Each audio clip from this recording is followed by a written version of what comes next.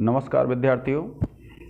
देखिए, हमने इससे पहले जो प्रथम लेक्चर पढ़ा था उसके अंत में हमने मंगलाचरण कर लिया था और मंगलाचरण करने के बाद अब हम प्रारंभ करेंगे प्रथम प्रकरण। अब प्रथम जो प्रकरण है उसका नाम क्या है? प्रथम प्रकरण का नाम है पदार्थ प्रकरण। क्या नाम है विद्यार्थियों? पदार्थ प्रकरण। तो देखिए, प्रथम प्रकरण और जिसका नाम है पदार्थ प्रकरण। मैंने आपको बताया था विद्यार्थियों कि सबसे पहले जब आप शास्त्र पढ़ते हैं तो शास्त्र पढ़ेंगे तो उस शास्त्र में क्या मिलेगा आपको? उद्देश्य मिलेगा। उद्देश्य किसको बोलते हैं? जब हम किसी वस्तु का नाम मात्र से कथन करते हैं उसको बोलते हैं उद्देश्य। जैसे मैं हूं, मेरा नाम अनिल है, तो अनिल नाम है, तो ये क्या कहलाएगा? उद्देश्य कहलाएगा। इसी प्रकार से जब आप तर्क संग्रह पढ़ते हैं तो तर्क संग्रह का जब प्रारंभ करते हैं और पदार्थ प्रकरण जो है पहला, उस पदार्थ प्रकरण में क्या है? उद्देश्य है, यानी नाम है। तो मैंने आपको 3 प्रकार की शास्त्र प्रवृत्तियां बताई थी और 3 प्रकार की जो शास्त्र प्रवृत्ति हैं उनमें पहला क्या था? उद्देश्य, दूसरा लक्षण, तीसरा परीक्षा। तो सबसे पहला जो प्रकरण है, अब बात आती है कि प्रकरण किसको कहते हैं। आपको ऐसा लगेगा कि प्रकरण क्या चीज़ होती है, तो देखिए, जब किसी बहुत बड़े ग्रंथ में से एक भाग को लेकर के वर्णन किया जाता है तो उसको कहते हैं हम प्रकरण। ठीक है। देखिए विद्यार्थियों कि जब कोई बड़ा ग्रंथ है, जैसे मान लीजिए व्याकरण का ग्रंथ है और व्याकरण का ग्रंथ है अष्टाध्यायी, तो अगर अष्टाध्यायी में से आप एक भाग ले लें, जैसे संज्ञा ले लिया, तो जब आपने व्याकरण पढ़ी होगी तो उसमें लिख रहा है संज्ञा प्रकरण। क्या लिखा हुआ है विद्यार्थियों? संज्ञा प्रकरण। इसी प्रकार से दूसरा भाग लिया उसने तो संधि ले लिया तो संधि प्रकरण। तो आपकी समझ में आ गया होगा कि जब एक शास्त्र है कोई और शास्त्र के अगर एक भाग को लेकर के कोई रचना की जाती है तो उसको क्या कहते हैं विद्यार्थियों? उसको कहते हैं हम प्रकरण। तो देखिए, इसका लक्षण प्रकरण का क्या है, आप याद कर लेंगे इसको। शास्त्रयिक देश प्रक्रिया प्रकरणम। ठीक है विद्यार्थियों, शास्त्रयिक देश प्रक्रिया प्रकरणम, यानी शास्त्र के एक देश की जो प्रक्रिया होती है उसको कहते हैं हम प्रकरण। क्या कहते हैं विद्यार्थियों?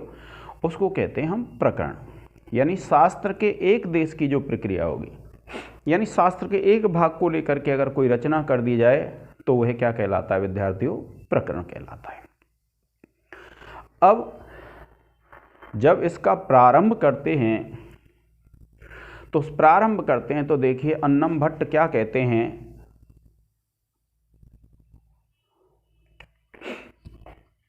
तो देखिए, अन्नम भट्ट कहते हैं द्रव्य गुण कर्म, द्रव्य गुण कर्म सामान्य विशेष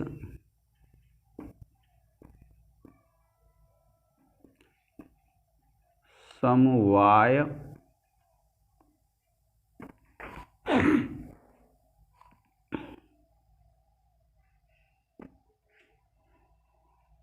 भावा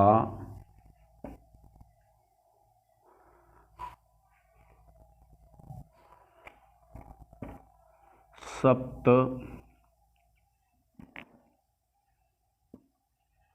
पदार्था। यह है विद्यार्थियों, ये पहला ही सूत्र कह सकते हैं इसको।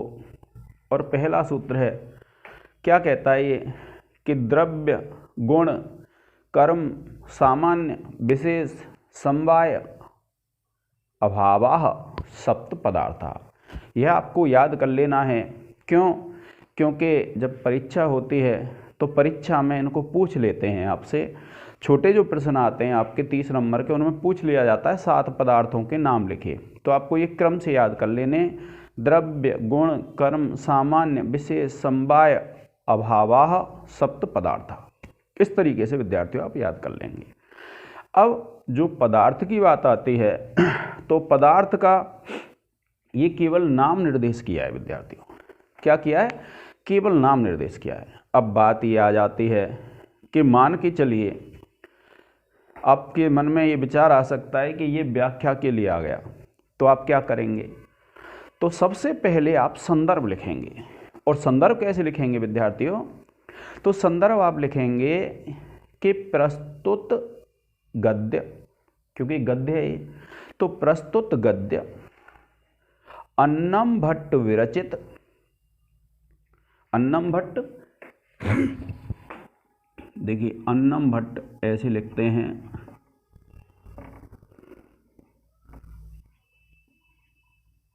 ठीक है। तो अन्नम भट्ट विरचित तर्क संग्रह ग्रंथ से अवतरित है।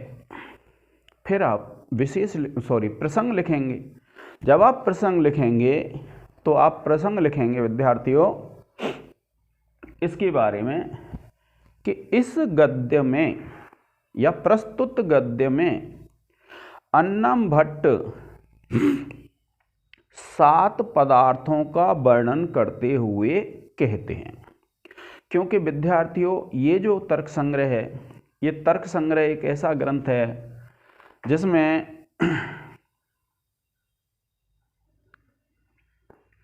ये जो तर्क संग्रह जब आप पढ़ोगे तो तर्क संग्रह एक ऐसा ग्रंथ है जिसमें ये 7 पदार्थों का ही विस्तार से वर्णन है। यानी पूरी जो तर्क संग्रह है वो क्या है? केवल 7 पदार्थों का वर्णन है, इसके अलावा कुछ नहीं है। देखिए आप क्या करेंगे,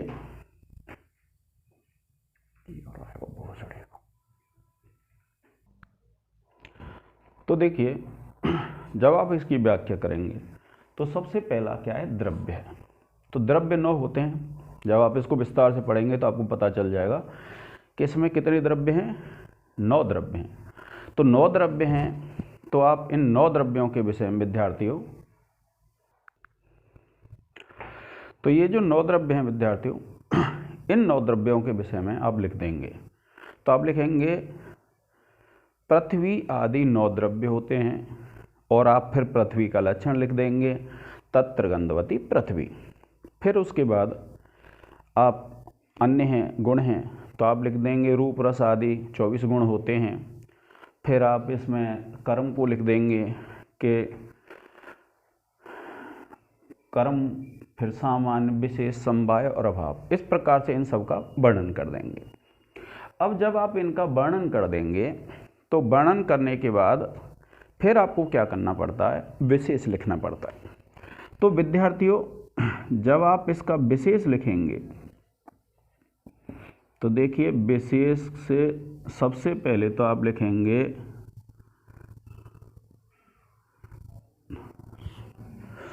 पदार्थ का लक्षण। क्या लिखेंगे? सबसे पहले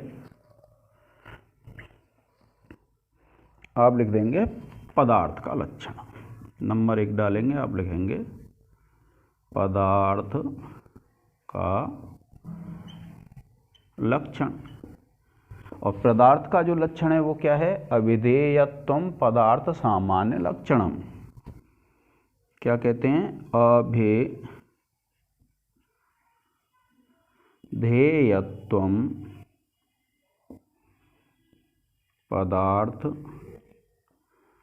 सामान्य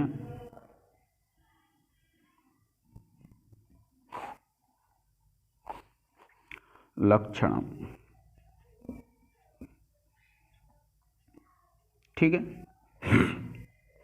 फिर उसके बाद जब आप वर्णन करेंगे तो इसमें आप लिख सकते हैं, जैसे आप मान लीजिए द्रव्य का लिखें तो आप लिख देंगे कि तर्क संग्रह में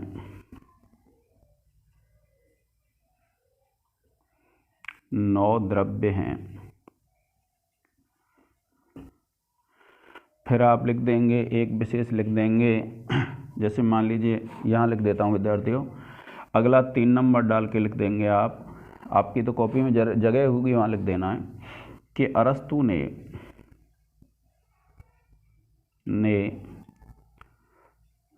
तर्कशास्त्र में 10 पदार्थ माने। कितने माने हैं? 10 पदार्थ माने हैं। तो इसी प्रकार से विद्यार्थियों क्या है कि जैसे आप लिखेंगे, चौथा लिख देंगे गौतम ने 16 पदार्थ माने। ठीक है, तो इस प्रकार से आपको क्या करना है, इसकी व्याख्या कर देनी है। आगे होगी समझ में आपके में, क्योंकि जब हम आगे पढ़ेंगे तो जो तुम्हारी तर्क संग्रह है विद्यार्थियों, तो उस तर्क संग्रह में जो वर्णन है वो किनका है? 7 पदार्थों का। ये आ जाती है। फिर पद्य मत लिख देना क्योंकि ये गद्य है, तो इस गद्य का वर्णन इस प्रकार से कर देंगे, ये आपका विशेष हो जाएगा।